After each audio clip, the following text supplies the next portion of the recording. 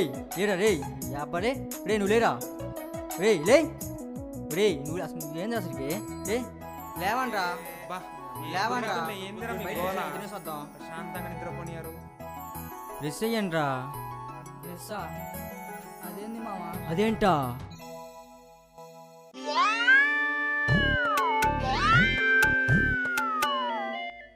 రే రోజు బ్రష్ చేయడం అంటే చాలా కష్టం కదరా. చూడు కోల్గేట్ స్మెల్ ఈరోజు